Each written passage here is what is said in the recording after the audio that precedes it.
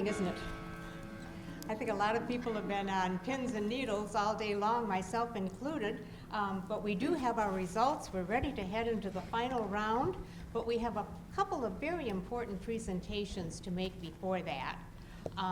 First of all, I'm going to call upon Katrina Dyerly, and she's a legislative aide in Representative Brana Haley's office. And she has an important presentation to make, so I'm going to turn it over to her. Katrina? Thank you very much. I just wanted to say thank you to all of the judges, the coaches, and all of the competitors today. You have shown me just how hard you have worked, and it was a pleasure judging your rounds. I myself was part of the speech and debate program and competed on the national level in 2012. A policy is to be respected and admired and revered, and I really am grateful to see of just the high intelligence that we have in this area in the school district. So today, on behalf of Representative Brana Haley, I wanted to present this tribute to Mr. Haig here, which congratulates you for all of your hard work and tremendous efforts. So Mr. Haig, I just wanted to present this to you, and not the microphone, but the tribute itself. So this is to all the students, the teachers, and coaches especially. Thank you very much for all of the hard work you do. We know the time and the energy you invest, and we appreciate you. Thank you very much.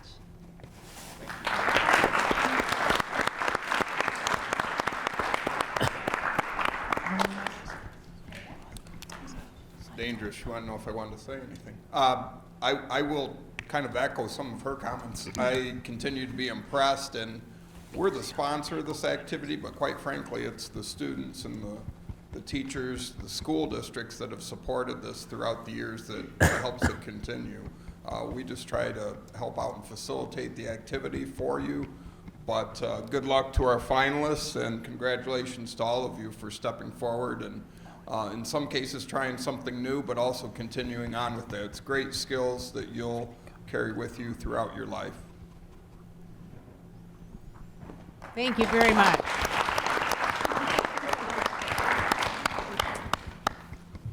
Okay, you met one of our judges, Katrina. Our other judges today are Brandon Gurney, who is a past successful debater, winner of a debate scholarship. By the way, all of you should be applying for those 2 debate scholarships through the Lenawee County Education Foundation. And our third judge is Crosby Sloop. He is also a past very successful debater and has volunteered a lot of time to this debate league program. So thank you all judges. You still have work to do.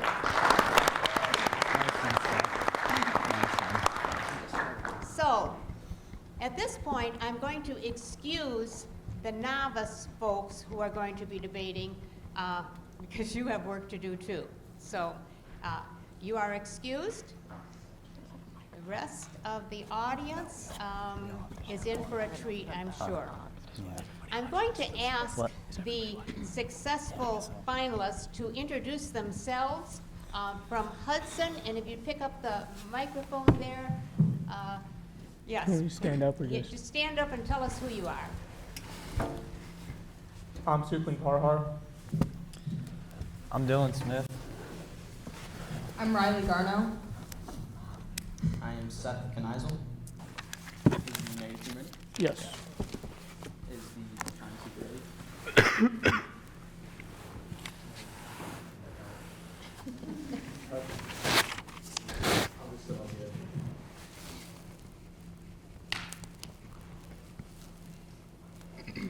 I'm ready. And are the judges ready? Yes. The thesis of this case is that the United States should reduce its arms exports to Nigeria. The arms exports to the government of Nigeria are supposed to provide a check on the violence associated with the terrorism groups such as Boko Haram. In reality, however, the government troops are killing many more innocent civilians than the terrorists. In the process, the backlash caused by excessive use of military force is creating a fertile recruitment ground for terrorist organizations. This is why the affirmative team stands to resolve. The United States federal government should substantially reduce direct commercial sales and/or foreign military sales from the United States. Play argument for the judge, we have 5 harms, 2 inherencies, and 2 solvencies. I'm going to be starting off with my harms. The tag on my harms 1 reads, corruption is rampant in the Nigerian military. This evidence is from the Pittsburgh Post-Gazette and editorial board, and this evidence is from May 18, 2016, and they say Nigeria is and has been for years one of the most corrupt states on earth. What its governments have been particularly adept in taking the country's very substantial oil wealth and not using it to meet the still basically poor country's needs. It has been doing marginally better under a new president, an ex-general Muhammadu Buhari, a U.S. Army War College graduate, has elected in reasonably democratic elections in 2015. Mr. Buhari has been saying some of the right things, but has yet to make any profound changes in how Nigeria operates. Why the United States should enter an armed relationship with Nigeria on the basis of a conflict that basically has nothing to do with America is hard to understand. I'm now going to move on to my harms 2, which states the Nigerian military routinely violates and abuses human rights of Nigerian civilians. This evidence is from Adam Nosier. He is a staff New York Times writer, and this evidence is from June 3rd, 2015. He says, in the course of Nigeria's war against the Boko Haram terrorist group, at least 7,000 people have died in government detention because of brutal conditions. An additional 1,200 have been extrajudicially executed by Nigerian security forces, and at least 20,000 have been arbitrarily arrested by the authorities. And Amnesty International said in a report released Wednesday, torture, mass shootings, starvation, the use of deadly fumigation, chemicals in overcrowded cells, all of these have been routinely employed by the Nigerian military to lethal effect. To lethal effect. The rights group said in the report, the abuses constitute war crimes and possible crimes against humanity. The group contended in its 133-page report, it names a number of senior officers responsible, including the Nigerian Chief of Defense Staff, Alex Bada, documented reports of large-scale human rights abuses by the Nigerian military have shadowed the country for years, often strained relations with international partners, including the United States, in the fight against Boko Haram. On to my harms 3, which states the military campaign against Boko Haram has failed. This evidence is by Vonda Fellow-Brown. She is the Senior Fellow of Foreign Policy Program, Brookings Institution. The name of the article is The Limits of Punishment. This evidence is from May 2018. And they say Nigeria's anti-Boko Haram concertancy efforts have failed to achieve significant progress, at least since at least 2017. With Boko Haram continuing to conduct attacks, kidnap hostages, and sometimes even retake previously cleared territories. Large-scale areas remain unsafe for the civilian populations. Worse still, the Nigerian counterinsurgency campaign itself has been the source of severe and prevalent human rights violations, dislocation, victimization, and stigmatization of people. This is primarily due to the policy of rounding up en masse men, women, and children during the clearing operations who lived under Boko Haram's rule, and subsequently consigning them to lengthy detention. This approach for further victimizers who have already been stuffed tremendous hardships, accelerating societal suspension and rejection of them. I'm now moving on to my harms 4, which states the Nigerian military is responsible for far more killing than the Boko Haram terrorists. This evidence is by Hazel Eady, editor at the New Internationalist. The name of the article is Can Peace Building End the War with Boko Haram? This evidence is from September 1st, 2018. They say the Nigerian military response was ruthless and heavy-handed. Citizens were treated to suspects or sympathizers. They were abusive and intolerant. Remembers one man. Soldiers could mishandle you. They crashed into cars, used bayonets to puncture people's tires. Ignorant of local languages, often ill-equipped and with no means to identify Boko Haram members. The Nigerian military is estimated to have killed 3 times more civilians than Boko Haram at the peak of the violence in 2010 through 2012. I'm now moving on to my harms 5, which states arms sales to Nigeria fuels terrorism and periodically weapons are stolen by extremists.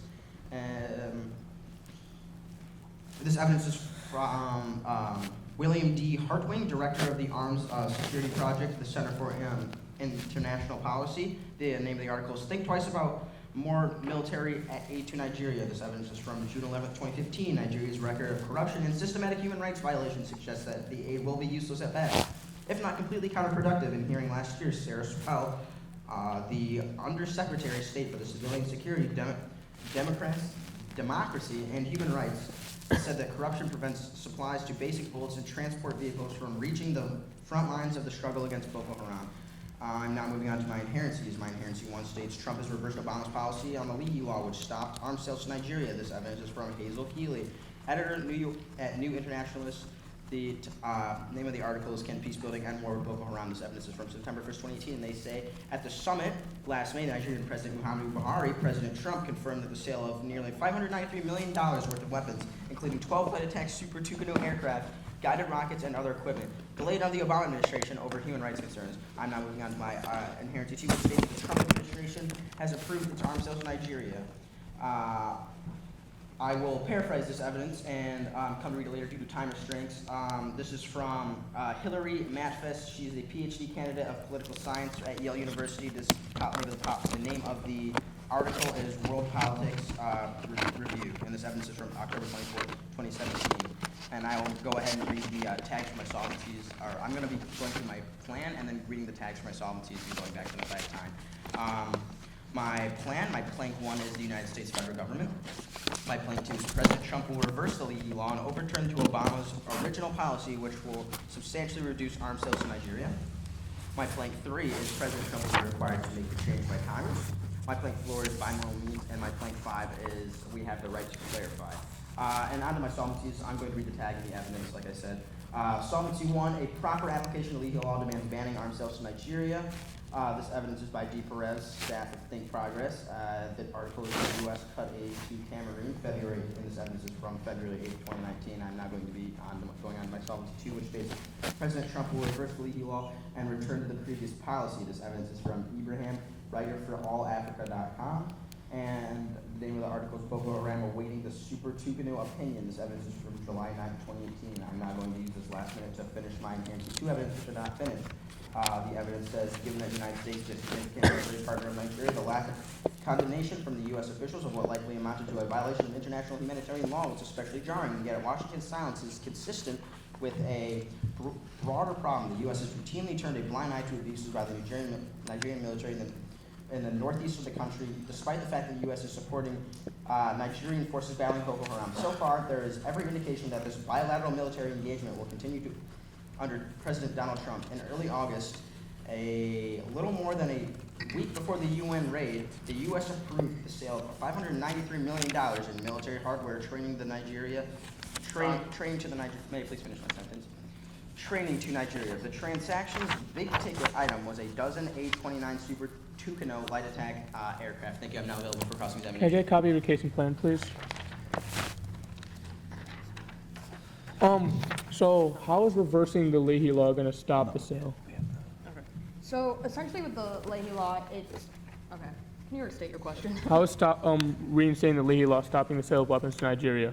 So I think this is talked about in our inherent. So the original policy stopped arms sales to Nigeria. It was Obama's policy, but now that he's reversed it, he's changed it so that we are selling to Nigeria again because. So where in the Leahy law does it say that the sales will stop to Nigeria if it's reverted? It talks about sales stopping to countries that violate human rights. What happens if it's seen by the United States that Nigeria isn't violating human rights? What happens if Nigeria stops violating human rights? Then we will continue arms sales. Okay, and then can you give me a number of how many people were killed by the Nigerian military? Yeah, in our harms one it talks about, right here, it says, at least 7,000 people have died in government detention because of brutal conditions. Additional. Since when? This evidence is from. June 3rd, 2015. So 7,000 people died that year, or like? At least, and then. This was just Nigeria's war against the Boko Haram terrorist group in this time. You said 2017, correct? 2015. All right, 15, your okay. harms 4, you talked about how military is responsible for more deaths than Boko Haram. How are they responsible for more deaths? Can you? Because they're essentially killing more people. In your evidence, you said they were slashing people's tires and. So in the piece of evidence that my partner read from Hazel Healy from September 1st, 2018, the last sentence says, the Nigerian military is estimated to have killed 3 times more civilians than Boko Haram. Okay. Yeah, but how are they? In that evidence, you said they were slashing people's tires and doing something else. They're having ruthless and heavy-handed Okay. response. It also talks about. Okay, thank you. Another question, what weapons are you stopping the sale of? Like literally all weapons or certain types of weapons? All. It would be all. Arms. Yeah. Okay. And then, so how many weapons do we sell to Nigeria right now? we had a contract selling $593 million worth of weapons. Yeah, that was the, one of the statistics in. So $593 million worth of weapons a year? That's That was one just of the newest contract. Yeah, There's also, one of our, there's also an installment. it's an inherency too, the evidence for inherency too that my partner had. So what other countries are under the Leahy law? So Any countries that violate human rights. What countries? some other examples would be Saudi Arabia and the UAE. Do we sell weapons to Saudi Arabia and UAE? We do. So how would putting Nigeria on the Leahy law stop us from selling weapons to Because them? we'd return to the original Obama policy, which But The original Obama policy. but Saudi and UAE are on that list, and we still sell weapons to them. Correct? because of the Correct? current Yes or no? policy. Yes, correct. So in Obama's policy, we didn't sell to Saudi Arabia and UAE. It was significantly less. If So not we did not still in the sell- first place. All right, can I start off with a minute and a half, please?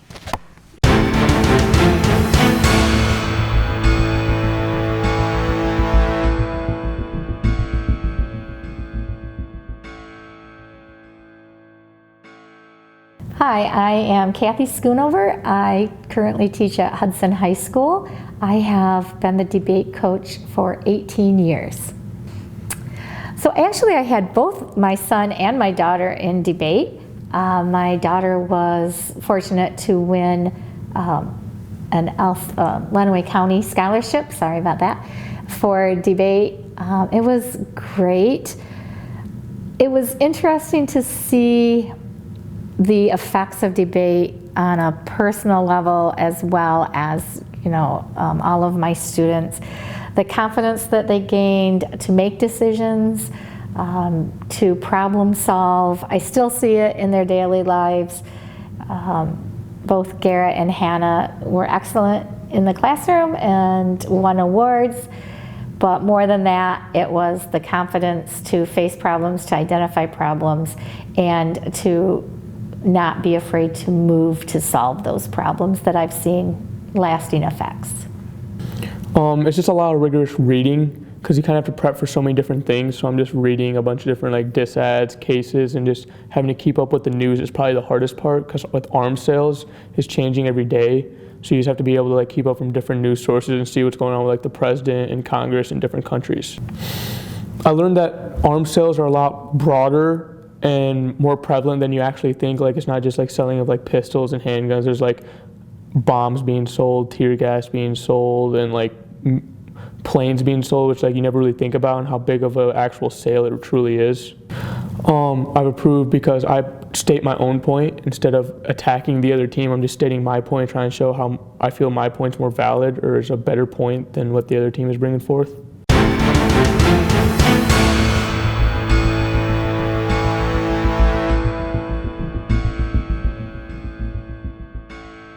Judge ready? Timekeeper ready? Affirmative team ready? Yes. All right, just a roadmap for you, Judge. I'm going to be attacking their Solvency 1, Solvency 2, running a reduced topicality along with a Trump-based disadvantage. Just to start off with the Solvency 1 attack, they aren't solving for anything because we would still be selling to Nigeria according to the affirmative team as they answered in cross-examination. So therefore, their solvency is not solving for anything, so it is not a solvency. Now to the Solvency 2 attack. The affirmative team states in their Solvency 2, President Trump will reverse the Leahy law and return to the previous policy. I have evidence here from Austin Duncan, U.S. Marine Corps officer and co-founder, June 6, 2018. Africa is a critical geostrategic priority for the United States due to its sustained economic growth, abundant natural resources, and growing entrepreneur class. Within Africa, Nigeria is, relatively speaking, a superpower, the largest economy, the largest producer of oil, and the most populated. So, actually, like what their Solvency 1 is saying, or Solvency 2, my bad, if we reverse the Leahy law, then we are going to be hurting our own economy, hurting our own sales by doing this. So therefore, it's not solving for anything. It is actually harming us even more. Now to move on to my reduced topicality. The plan violates the term reduce. This is because reduce is not a restriction. This comes from Spears District Court of Eastern Texas from 2007. The plain meanings of those two words are not the same. Limit means a restriction. Reduce means to bring down to a smaller number. The word reduce cannot be substituted for the word limit. Therefore, the affirmative is not topical when using the term reduce because they are creating a restriction, not bringing anything lower in size. Our definition is superior because it creates a bright line between what is and is not topical, and also topicality is a voting issue because it creates competitive equity. Now to move on to my Trump-based disadvantage. The thesis of this disadvantage is that stopping the arms sales to Nigeria will cause Trump's base to become upset with him, and then it will cause him to lash out against another country. My uniqueness is Trump's base support is high now due to contrast with Obama on gun rights. This is from Bill Nichols, writer for the Valley News. This is from June 8th of 2019. One puzzle future historians will be eager to solve is what really explains the continued support for President Donald Trump long after anyone paying attention can see his disdain for nearly all that has made America great. And you'd think his effort might have diminished by now anyway, given the persistent efforts of journalists all over the world to reveal the potentially catastrophic effects of Trump's policies, as well as the corrosive power of his lies. But his boosters' numbers stay pretty steady, sometimes growing in the face of scandals and exposure of lies. That's just saying basically how right now, even though most people thought that when Trump changed his policies away from Obama's that it would harm the United States and it would make things worse, it's actually gained him more support. His base has become stronger and he's gone higher up in his base support. Now on to my link.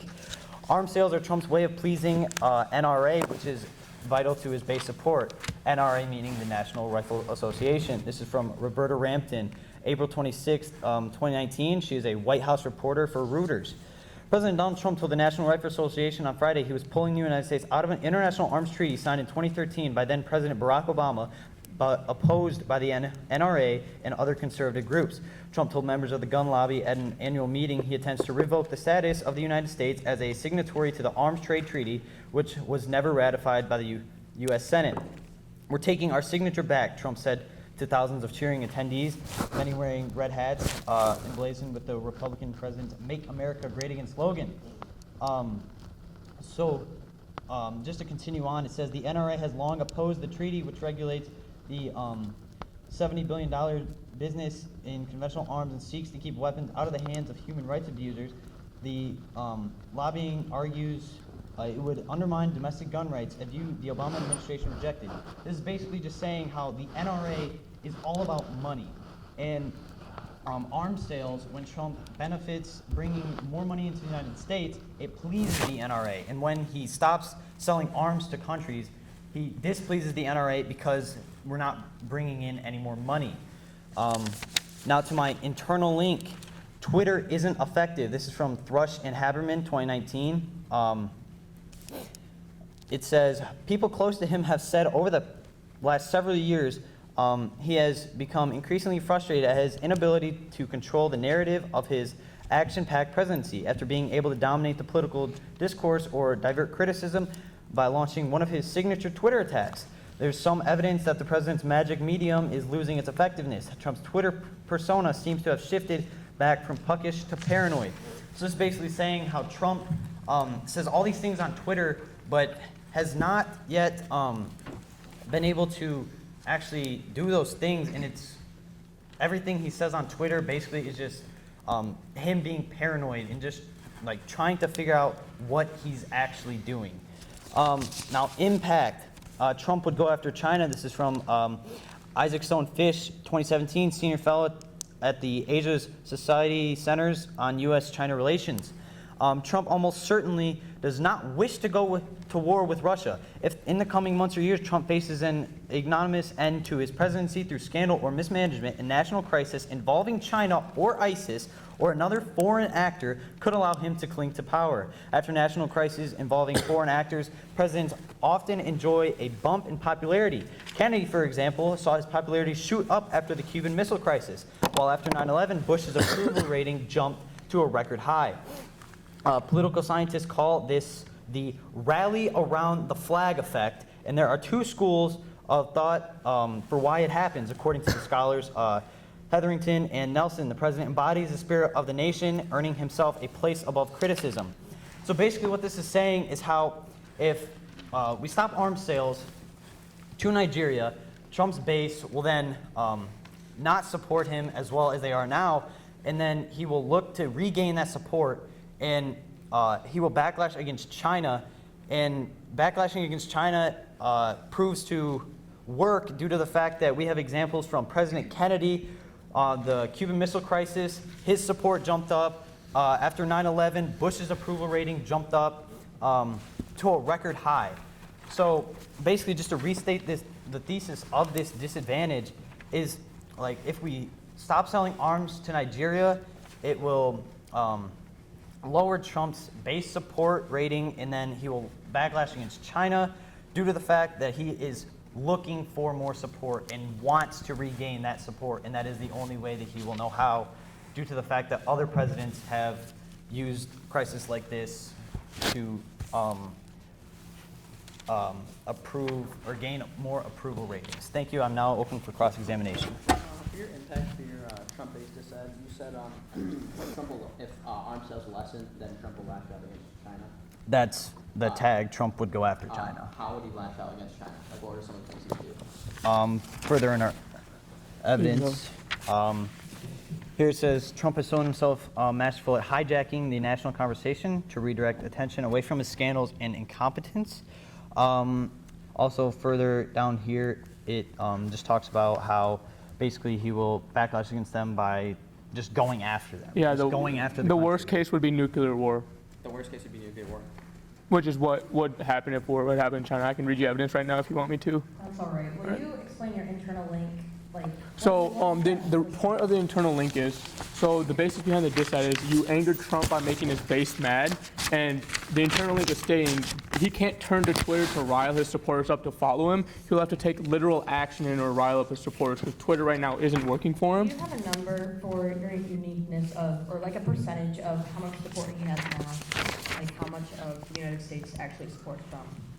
Aren't talking about like how much of the NRA supports him or how much of the whole. His base support, and your uniqueness, you're saying that Trump base support is high now. Do you have a percentage of like how many Americans actually support Trump? Poll showed about 89% overall approval rating for Trump among Republicans, and the results of Washington Post ABC News poll published April 30th revealed that 74% of Republicans approved Trump's handling of How immigration. about Democrats? How many Democrats? What percentage on Democrats? I can read a Or little bit. independent even as well? I can read a little bit further. 1 second. All right, and you attacked our solvency 1 and 2, that's correct. Yes. Yes. And but you ran a reduced topicality. Your definition for that was not a restriction. Here. Well, we can For clarify reduce, that real fast for you. reduce means to bring down to a smaller size, and And- smaller number. Sorry, not size. Yeah, so reduce means to bring down to a smaller number, but instead you guys are putting a restriction on the sale of arms. Standards for that? Yeah, I said bright line. Creates a have a bright line quick between what question. is and is not top. So, the NRA, are they a federal organization? Are they just a bunch of people? Like, what exactly are they?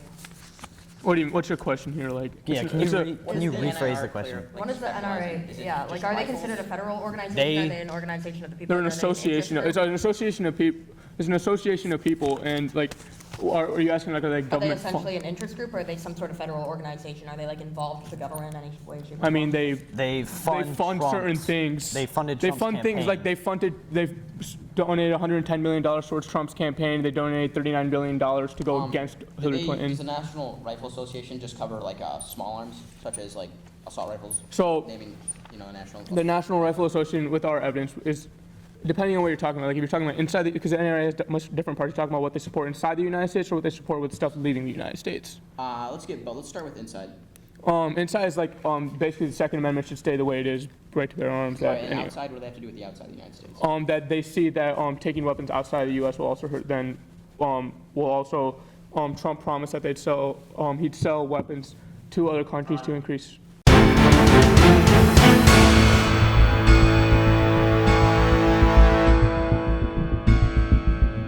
My name is Dr. Kelly Chicky. I've actually been involved with debate here in Lenawee County for over 10 years. As a judge, I also coached a team for a year at Onstead High School, and I currently teach and coach the team at Madison High School. This is actually incredibly important, and I guess the best way I can answer that question is really my husband and I sponsor a scholarship through the Lenawee County Education Foundation specifically for debate. And that is because what I've seen growing with students over the years and what they start out at as novices and where they end up as when they're varsity debaters is something that I believe is so incredibly important for young people to experience that growth. Well, it's a $500 scholarship one time, and it's available every year to a graduating senior who has participated in high school debate here in Lenawee County. And they just need to fill out that application, and it'll include an essay where they talk about what they gained out of debate, because it's not just what I think is important, but it's really what they really felt they learned, accomplished, and how it really impacted their life.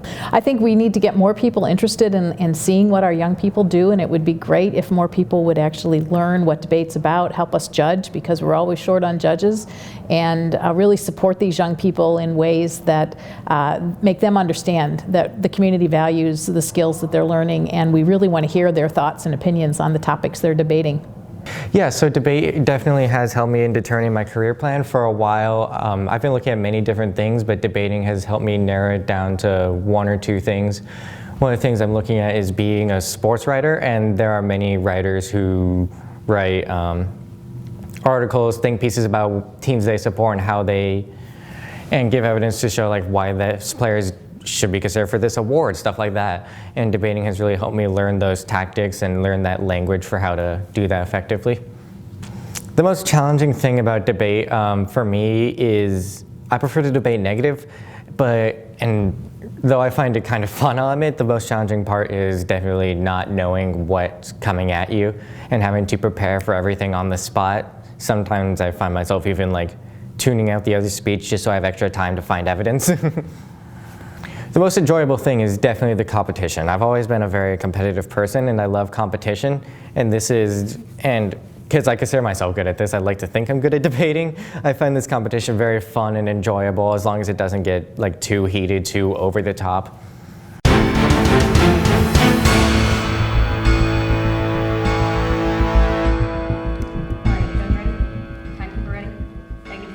Yes. Okay, Judge, just to lay a roadmap for you, I'm going to be refuting all of their attacks. They attacked our Solvency 1, our Solvency 2, the reduced topicality, and the Trump-based dissent. I'm first going to start off with the reduced topicality. So the negative team said that we're not reducing because we're placing these restrictions, and they gave the definition of to bring down to a smaller number. They said we cannot limit. We're going to agree with their definition of to bring down to a smaller number. So I'm going to go ahead and do some math for you, judges. So we're not violating because the amount or the number of arms sales will be reduced. Since not as many will be sold. So let's say we sell 1,800 arms a year. However, so that's, for some math, that's 150 arms per month. So however, one year we choose to stop selling sales or freeze sales, like our kids would be doing, from April to June. So that's 3 months without selling. So that means there's 450 arms not being sold, and therefore the number of arms being sold has decreased down to 1,350 compared to 1,800 originally. That's a number smaller than that, so then we would be bringing down to a smaller number, and therefore we would not be violating the resolution. We agreed with their definition. Our standards are also bright line, and topicality is a voting issue because it ensures fairness in class. It is the affirmative team's job to affirm the resolution, which we are doing. So that should bring the reduced topicality attack over to the affirmative team's side. Now, going on to the Trump-based disadvantage, I would like to comment on the internal link. The internal link of the Trump-based dissent was that Twitter isn't effective. However, an internal link is supposed to be the sequence of events that the affirmative team causes. So first this happens, then this, and finally this. Therefore, this actually isn't really an internal link, and I'm not really sure how it helps the dissent. So I just wanted to point that out. I'd also like to be refuting their impact. Their impact was basically that Trump would go after China, but I'm going to say that we wouldn't go after China because the United States would essentially win in that type of battle. Russia and China cannot duplicate U.S. arms sales as proved in the evidence that I'm about to read. I think it's very logical to basically make the assumption that Trump would not go after a country that is not as powerful as us. The United States is very powerful, so there's no reason for Trump to go after China. Why would we want to cause all this conflict in the end? It wouldn't make any sense to create conflict. That's not going to gain him any support. He's not going to lash out in that sense. So I'm going to go ahead and read these two pieces of evidence just saying that China can't duplicate our arms sales. This is just to back up that the United States is a stronger power than China. This piece of evidence is from Terrence Guay. He is a PSU clinical professor of international business. The article is called Ink Stick, and this is October 22nd, 2018. While it's true that Russia and China are indeed major exporters of armaments, the claim that U.S. weapons can easily be replaced by other suppliers is not, at least not in the short term. First, once a country is locked into a specific kind of weapon system, such as planes, tanks, or naval vessels, that cost to switch to a different supplier can be huge. Military personnel must be retrained on new equipment, spare parts need to be replaced, and operational changes may be necessary. So this piece of evidence is just saying that Russia and China, specifically China because that's what the negative team is referring to, cannot duplicate our arms sales. So that means that the United States is more powerful. There's no reason for Trump to go after China. Our conflicts, our relations with China is already terse, so there's no reason for us to go after China. That's not going to gain him any support. Instead, it's just going to put us into this big global conflict, and in reality, it's not going to help. I'd also like to point out that the negative team only provided percentages of Trump base support for Republicans. We did not get Democratic, Independent, any other parties. Therefore, we can't really assume that the Trump base support is high. That's only Republicans, and Republicans would associate themselves with Trump, considering Trump is a Republican president. That's the party he ran for, so I don't think it's plausible to assume that his support is actually that high. They didn't provide us with anything else, therefore, how can we say that it is? I'd also like to point out that the 1NC also said that NRA is all about money, and to me that's, I guess, kind of despicable that you would put money over people. We're focusing on human rights and not allowing the military to commit these attacks and to try to help with this Boko Haram terrorism group, and instead they're focused on the NRA and their money. And the NRA isn't even, sure, they may have funded his campaign, however, they can be perceived as an interest group. There's so many different interest groups that I'm sure there's other ones that can help fund. So I think just saying that pleasing the NRA is vital to the United States and our economy and his base, I think that's just a very false claim to make. I'm going to go ahead and move on to the Solvency I and the Solvency II attack. So our Solvency I states, a proper application of the LISD law demands banning arms sales to Nigeria. The negative team said their attack was tagged as that we'd still be selling to Nigeria, however we wouldn't be. Our solvency would still solve because we would have to ban arms sales for a certain time, and that's right in our evidence. It's solving because it gives Nigeria an opportunity to check themselves. It gives them the opportunity to go ahead and fix what they need to fix and put in these moral values and actually focus on their human rights records and improving who they are as a country. So it would solve because we're not going to sell to them again. If they're this big, powerful country, they're going to want to uphold that reputation. So what they're going to want to do is essentially prove that they're not violating human rights, and they're going to stop committing these attacks, and it's actually going to help in their campaign against Boko Haram. So we would still be solving. On to Solvency II. Our Solvency II states President Trump will reverse the LISD law and return to the previous policy. Their attack, I think, kind of tied with that Solvency I attack, saying that Nigeria is a superpower and it'd be hurting our own economy. However, it wouldn't be hurting our economy because essentially Nigeria will probably come back and prove to us that they're not violating human rights, because you have to pay a fee, like I read in the evidence against the Trump base that said you have to pay a fee to switch over to different contracts with other countries. The United States is the top exporter in the world. They sell the best arms, they sell the most arms. So to go over to a country that sells less arms to you, that you have to pay an extra fee for, and that their worse quality would just be ridiculous. It would make sense to just stop committing these attacks against your citizens and your civilians and just prove that you're not violating it. So yeah, I think that should pull the Trump-based disadvantage, the reduced topicality, and the Solvency I and Solvency II attacks over to the affirmative team's side. Just to review my attacks, since I still have some time left. Solvency I and Solvency II will still be solving because it would essentially solve for these human rights violations, which is what the biggest thing is talked about in our harms. We would be solving for our harms. Our harms one is, Our harms one is corruption is rampant in the Nigerian military. This will help with the corruption. All of our harms lead to each other. So the corruption is rampant, and then it leads down to the Nigerian military routinely violating and abusing the human rights because the military is the corruption is rampant there. The military campaign against Boko Haram has failed because they're violating the human rights. And then in harms four, they're responsible for far more killing because this military campaign has failed. They're violating these human rights. It's right in our evidence. And then with harms five, arms sales to Nigeria fuels terrorism because as we've sold more and more to Nigeria, the attacks from Boko Haram have become more and more persistent. There's been more. The killings are more massive. There's more occurring. They're reoccurring. It just keeps happening. So essentially, we would be solving for our harms because it allows for the Nigerian military to get themselves in check. It allows for the government to get themselves in check.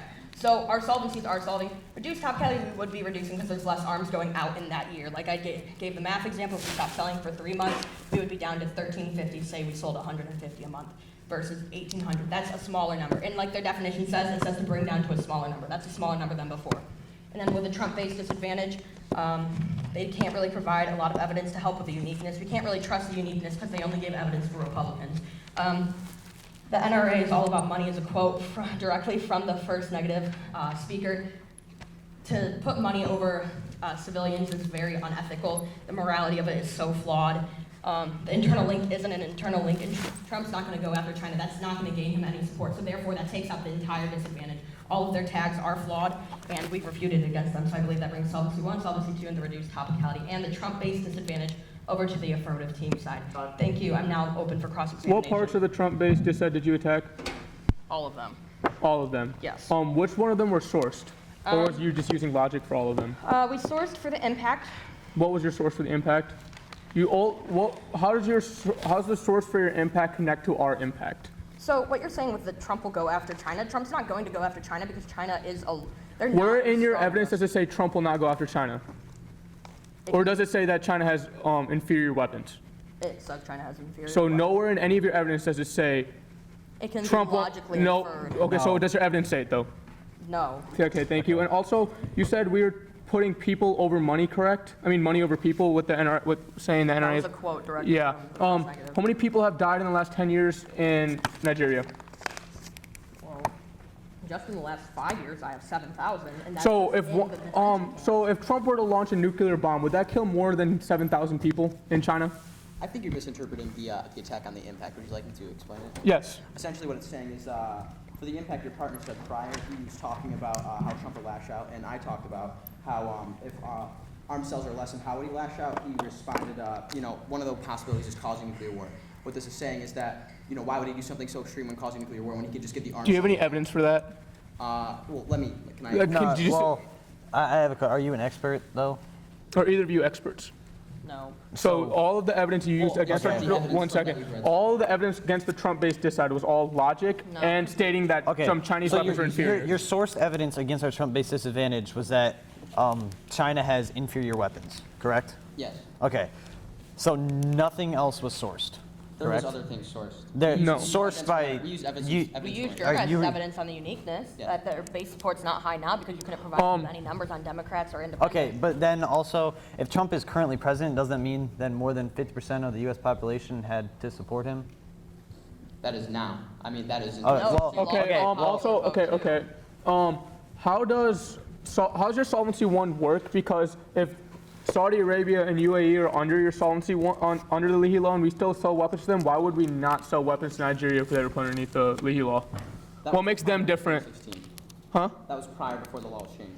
What was changed in the Leahy Law? What? What was changed? What was different about the Leahy Law well, during? he's answering these questions. I'm gonna ask you. What was the difference between the Leahy So, Law during the Obama administration and now? The Leahy law during the Obama Stopping armed administration sales for talked like a about short amount of how, time, is that a restriction, or is I would consider Talked it a about- reduction.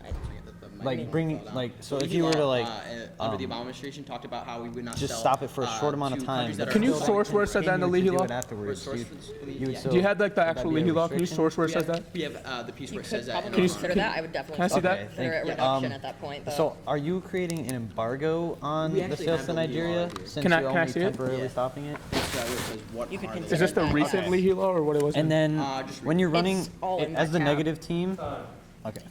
Yeah, but that- Yeah. Thank you.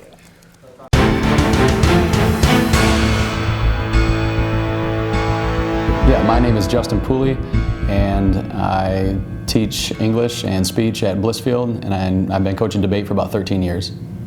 Oh wow, over my 13-year experience, I've coached football, I've coached basketball, boys and girls track, and I guess it would be similar for a few different reasons. One, I think mainly is this competition factor, this idea that you can instill in your kids, regardless of that year's particular debate topic, that it's about competition, it's about healthy competition, fair competition, and ensuring that kids, they become passionate about that competition, and they want to win, not necessarily at all costs, but they what I found in my class is that they give themselves homework. They go out and research, and they bring this, I guess for lack of a better term, passion to the actual sport of debate.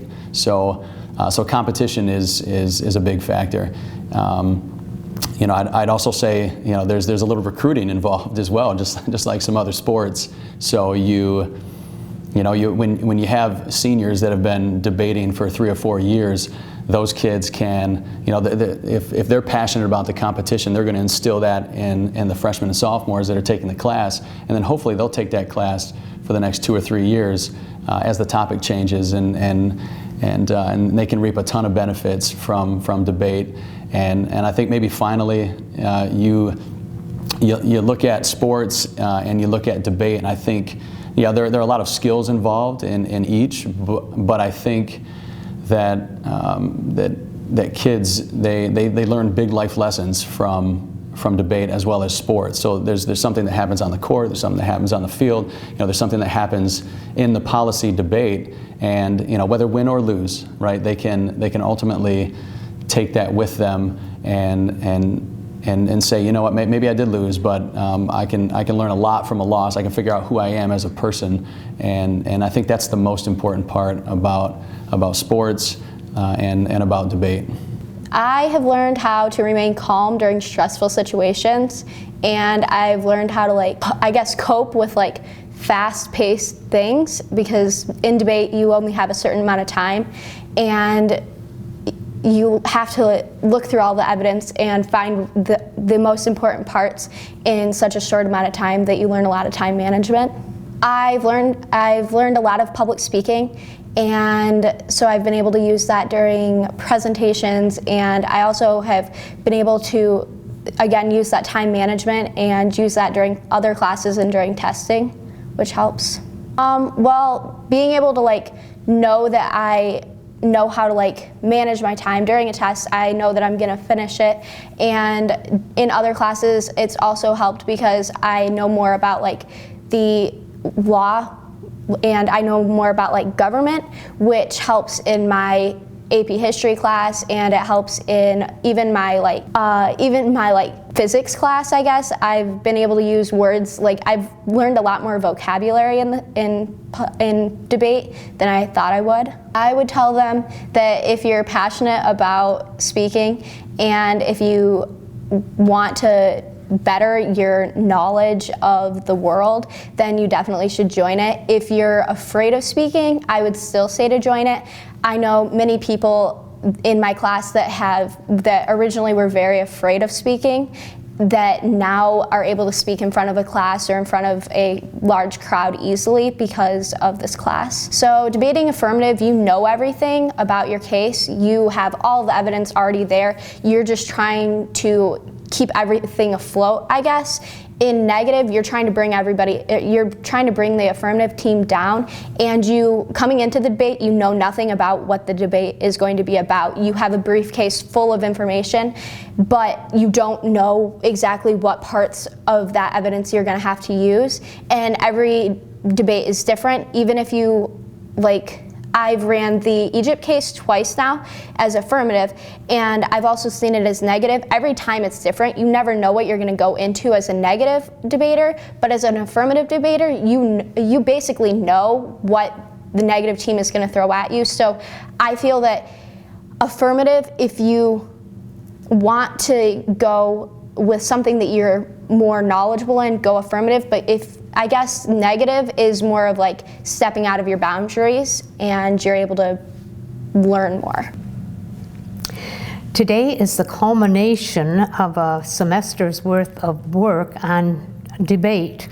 3 scrimmages have been held. They're all-day scrimmages between 5 different schools. Those schools are Adrian, Blissfield, Hudson, Lenawee Christian, and Madison being new to the program this year.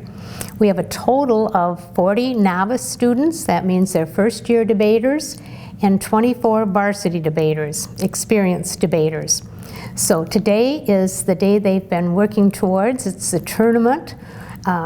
It's a 2-day tournament, so tomorrow we will have our varsity debate winner for 2019, our runner-up in the varsity division, and the varsity and runner-ups in the novice division.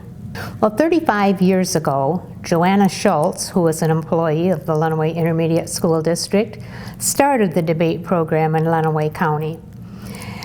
It was about 5 years later that I, in my role as a full-time employee, assistant to the superintendent of the Lenawee Intermediate School District, inherited that program, and I developed a great love for the program, and I was coordinating it along with my other duties for about 18 years until I retired.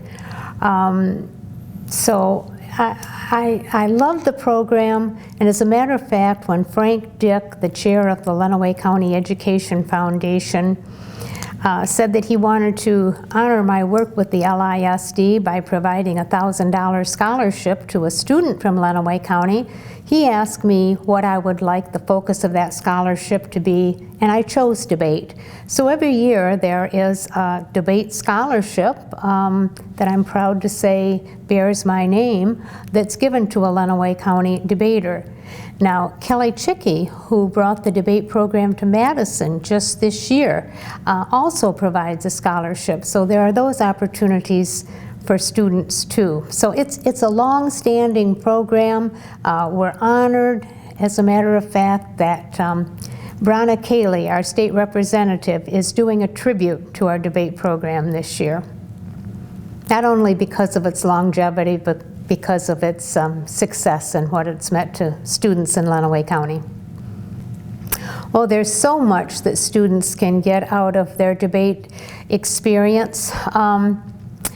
Number one, they learn how to do research, which really is an asset to them, I think, in the other classes they take in high school, and of course when they go on to college too. They learn to look at issues from two different sides. They learn to think on their feet.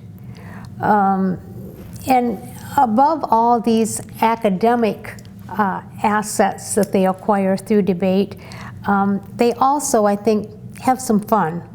You know, we have sports teams who get to compete on the field. They make friends with students from other schools. Debate allows some of those same things to happen because these kids, students, come together. They meet students from other schools who have a common interest, and they develop some real friendships. It's just been a real joy to me to see some of the debaters who were debaters in high school, have gone on to college, and then now make themselves available to come back to be judges in our tournament. We have some really great success stories out of the program.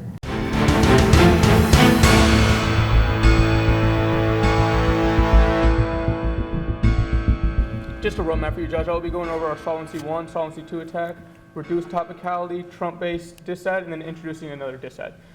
To start out here with you, Judge, I will be reading a piece of evidence here for the Solvency 1. Their Solvency 1 states a proper application of the Leahy Law demands banning arms sales to Nigeria, but I have evidence here.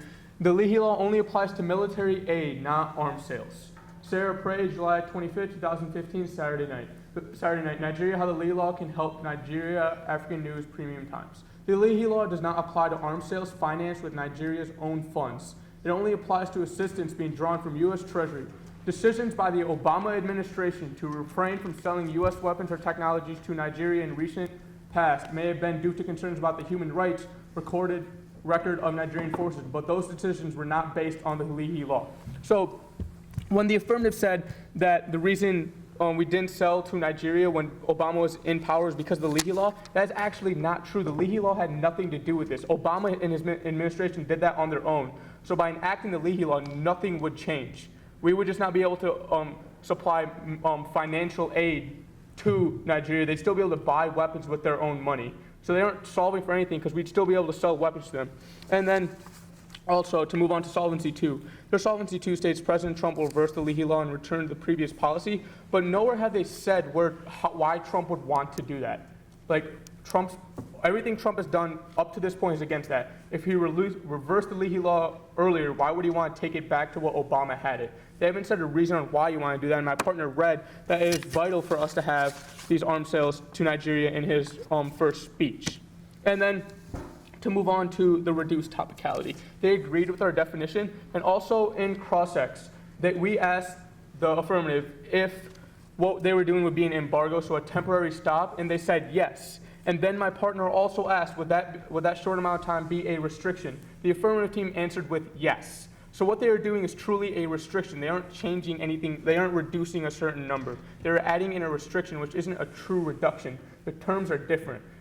If the resolve wanted a restriction to be added, it would say that, but it says reduce. So we feel we're the affirmative team is not topical because of this, and they agreed with us in their first speech and then also in cross-ex.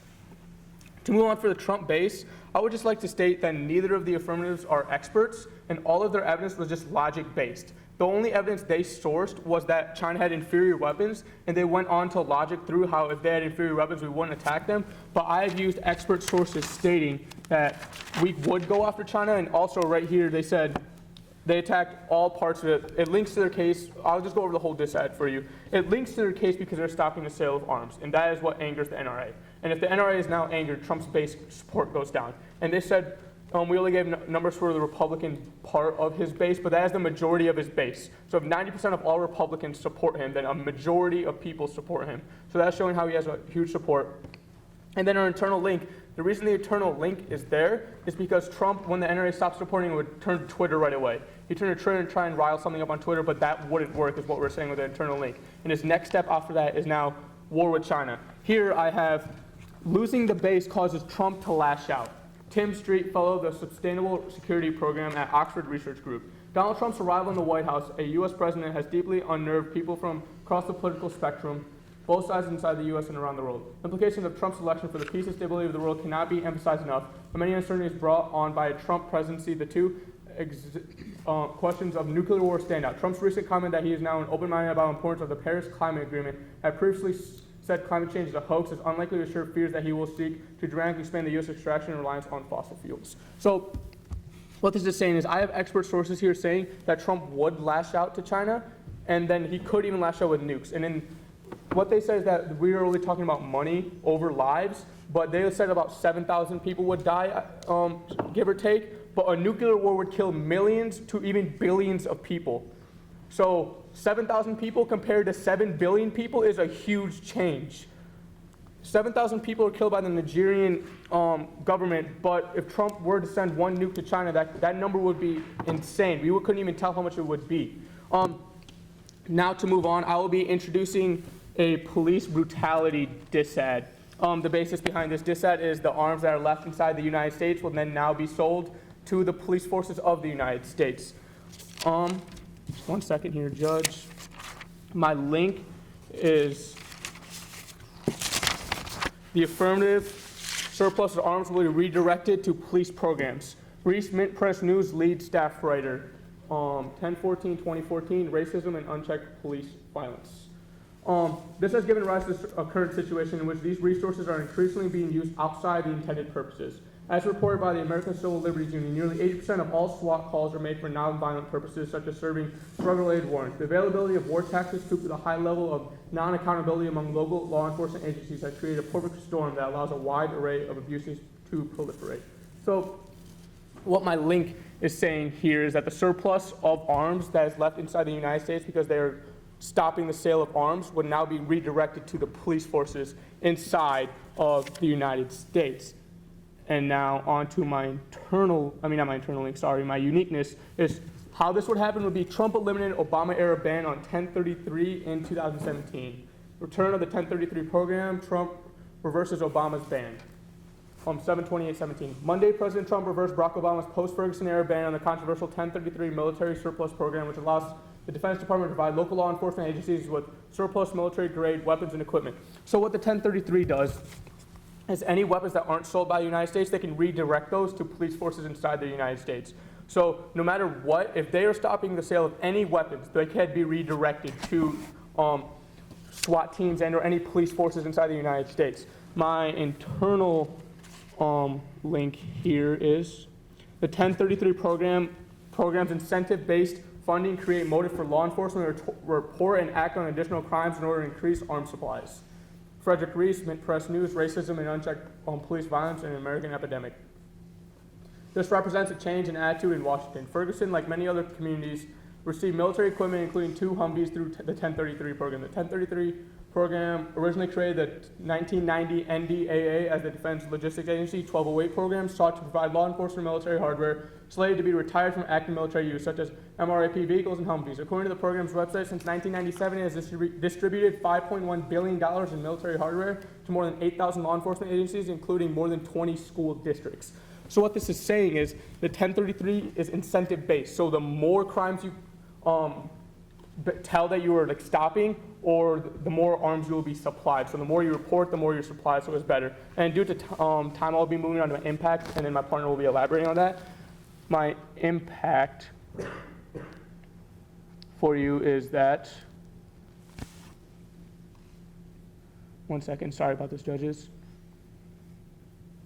Militarized police units view policing as combat. They use aggressive policing tactics in predominantly poor neighborhoods. So I'll just elaborate on this evidence instead of reading it, and my partner will get to it, is that police forces, when they're called to a house, view it as combat. They don't view it as like they're arresting someone. They view that they are going into battle. They're thinking about shooting their weapon or shooting someone or hurting someone.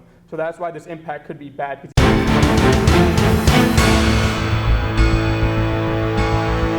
I'm Colleen Averill. I teach at Lenawee Christian School, AP English, as well as debate and speech. I've been with the Debate League for about 20 years, maybe a couple more. I find it a very valuable and important part of our curriculum. Very difficult to name just one student who's gone on, because we've had several who have utilized their debate skills in a variety of different ways, from a missionary in Africa to Catherine Sala, who is now a judge in our county.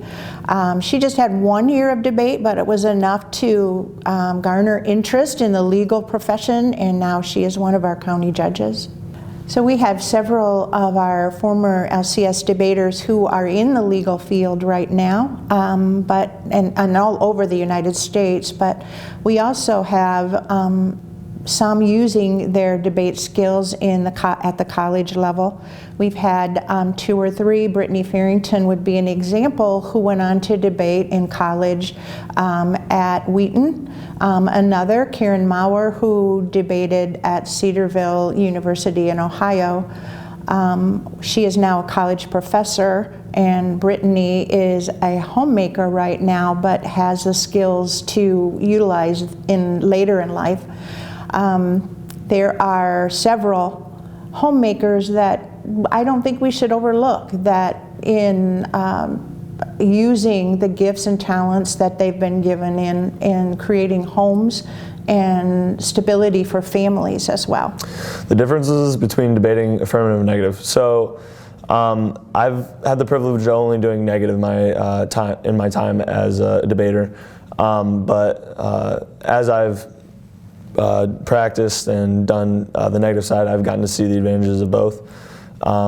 So the negative is a lot of fun, because you get to just nail the affirmative with tons of different pieces of evidence, and you get to show how the affirmative case is like either not topical, or it just doesn't solve for what the issue is. While the affirmative, I haven't had as much experience with the affirmative, but the affirmative also seems like a lot of fun.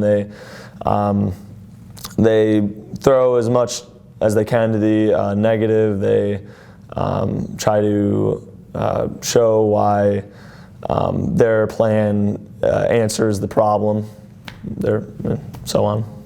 The most important thing I've learned in debate, I'd probably say the most important thing I've learned in debate is either time management or public speaking. Debate has helped me so much in my public speaking over the past few years, or over the past year, I mean. It's helped me to get better with audiences. It's helped me to improve just speaking coherently, increase my vocabulary even, and then just being able to make solid arguments, coherent arguments, things that make sense. Yeah, what is the tournament like? It's intense. People get really excited for it. It's a lot of fun. I've gotten to meet a lot of new people through it, through the scrimmages throughout the year, and it's fun to just compete against them, against the other schools in the last tournament. Why did I decide to take a debate class? Well, I decided to take a debate class because, again, I wanted to reinforce my public speaking skills. I wanted to see how I'd air with my classmates. They always really encouraged me to come out and do it, so I thought, why not? I'll try it out, and I realized that I really liked it. I've, again, met a lot of new people through it, and it's helped me to see that I kind of want to pursue something more in the law field. I'm thinking about forensic science, and it's helped me to learn more about how to create a solid argument and present it in front of a group or an audience. I'm Dr. Dan Spencer. I'm a doctor of chiropractic in Hudson and Reading. I got involved in debate back in high school. I attended Hudson High School. I believe it was 1985 when I first started, so a few years ago, and had a wonderful experience in debate. When I went on to Adrian College, I served as the county debate coordinator with Janet McDowell, and also had a great experience helping the youngsters come up with their plans and their arguments and so forth, and have been involved here and there ever since. I think one of the biggest things is just the public speaking. Obviously that's very important in my position. Research, understanding debate and arguments, many different facets really come into play when we're dealing with the debate issue, and also just confidence. I think that is something that really helps the high school students as well. I think it's a wonderful experience. It's very much an academic pursuit. I think it gives kids an opportunity to practice their public speaking skills. Obviously we know that public speaking is one of the #1 fears, even more so than death. So it gives them that opportunity, and just the preparation, understanding the issues, politics. There's so many areas that it comes into play, and I think it's a very good benefit for our high school students. Yeah, absolutely.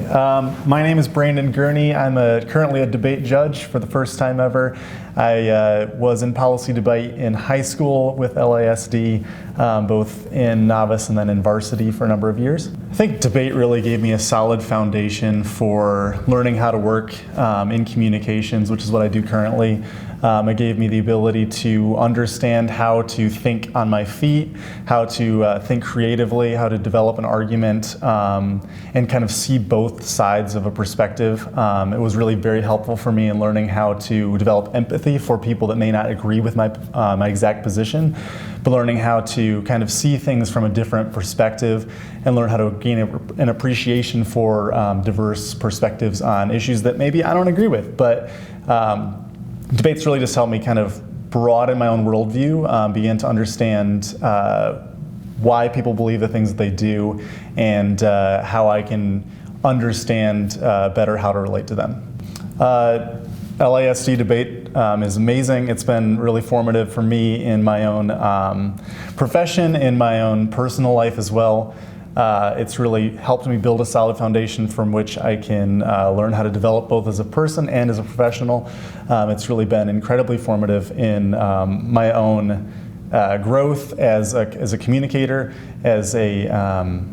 and as a person living in a modern age where you have a lot of different diverse opinions, learning how to navigate those with tact, and with learning just kind of how to just be a decent person, I guess is probably the best way to put that. I owe so much to the debate program here, and it really has helped me tremendously.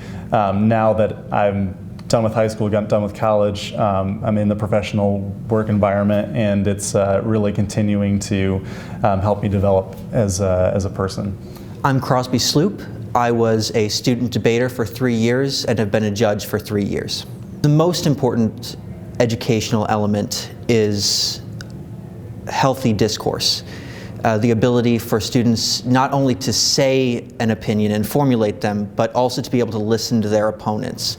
The thing students struggle with most is the ability to not advance an argument during a cross-examination time and to just ask earnest questions of their opponent to try to understand what their beliefs are and what their agenda is. The primary goal from a district or school standpoint should be to enable students not only to create their own opinions, but to be able to analyze opinions. So in this case in particular, this year our prompt has to do with weapons dealings. And it's a prompt in which everyone feels unusually qualified. In years past, we've talked about like the ocean or China, and they're topics that are more abstract from everyday life for most American students. But everyone in our country is so directly impacted by weapons sales that everyone feels like they have an opinion. So this year has been really tough for getting students to just calm down and think about what's really included in their own biases. And we have seen improvements. Debate has forced kids in some ways to consider alternative viewpoints, or not even necessarily evils, but just slightly different approaches to weapons regulation. All right. Hi, my name is Carla Berklow. I'm a teacher at Adrian High School, English teacher, and I have been involved in debate probably about 24 years. My teaching experience with the debate team, my goodness, it's been quite a learning experience. I was very fortunate. I was teaching at another school out of county, and I actually saw a write-up in the newspaper. So I contacted Janet McDowell, and she allowed us to come and debate, and that's how I really got started with it. And then when I was offered the position at Adrian High School, they were interested in promoting their debate class, and so that's how we got started with the ISD and coming here. And so it's been about 20 years at Adrian High School that we've been able to have a debate team in class. How debate is important is that it builds so much confidence in students. I see them at the beginning of the trimester. They're scared, they don't want to be in the class, they're afraid, and they bloom. In 12 weeks, they're a different person. They have more confidence getting up in front of people, talking, research skills, how to express themselves, also the writing process. They also become a community. They're a team. Some very lifelong friendships I have developed through the debate.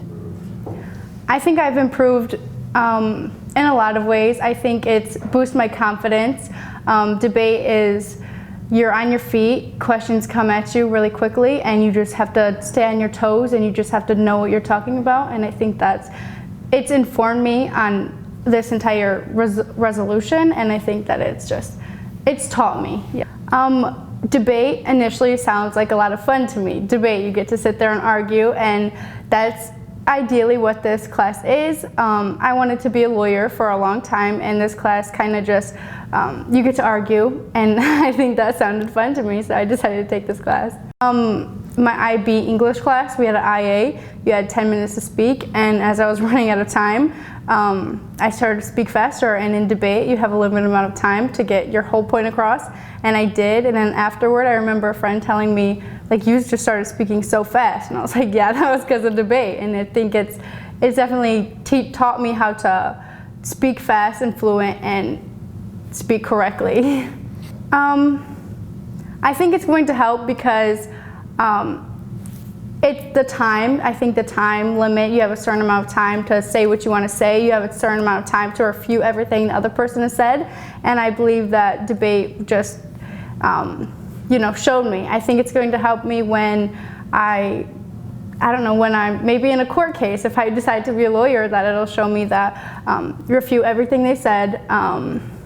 Make sure you have limited time. Make sure you thoroughly refute everything they said, and use your time wisely.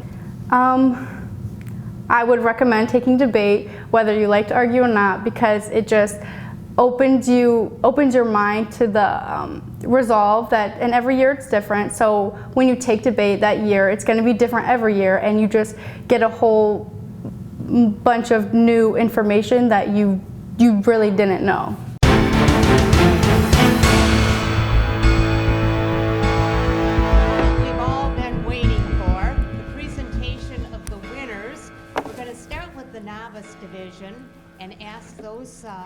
winners and runner-ups, actually you're all winners, to come up, please. Runner-up in the novice division is Blissfield. So with those debaters,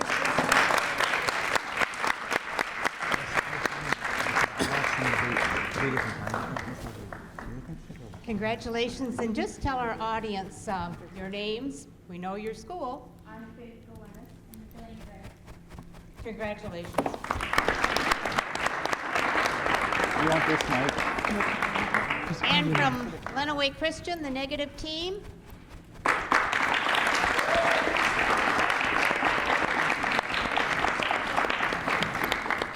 Congratulations. Thank you. I'm Haley Adams. I'm Tegan Long. Well done. We expect you back as varsity debaters next year. And now, excuse me, the winner of the varsity debate is Hudson High School. Congratulations. Could you come around for the trophy presentation? And once again, and since you're the winner, we'll let you say something. 2 sentences about how this feels. It feels amazing. I'm proud of my team. Go Hudson. I just like that I'm taller than him now.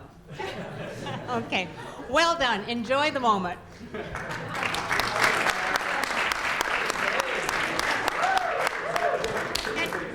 And also, not to take away from the Blissfield team, actually Blissfield had 2 runner-ups in the tournament today. So if you'd come accept your trophy, please.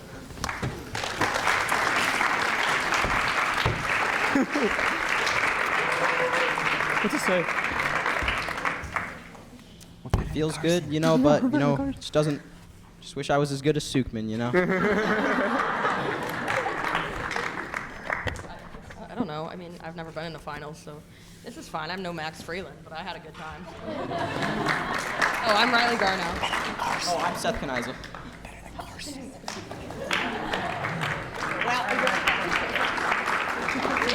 Well done. And we will have medals for the entire teams, the novice and the varsity, both the winners and the runner-up. And let me say that we appreciate all the help that we've had with this, from the coaches, from the judges, from the people at One Mosaic Church, and from the media. I'm expecting that you're going to see yourselves quoted and talked about, and pictures of you in the Daily Telegram. I so appreciate them being here today. WLEN was here and did interviews, and of course this is being broadcast on LISD TV. So go not only Hudson, but Blissfield, Adrian, Madison, and Lenawee Christian. Did I get all 5 of them? Okay. Well done. It's been a pleasure to work with you on this tournament. So, tell us how you feel winning the debate finals today. It's great because we worked all year, last couple of years, trying to get here, and we always ended up short. And this year we made it got all the way through and just worked the whole way and just put in a lot of work throughout the season.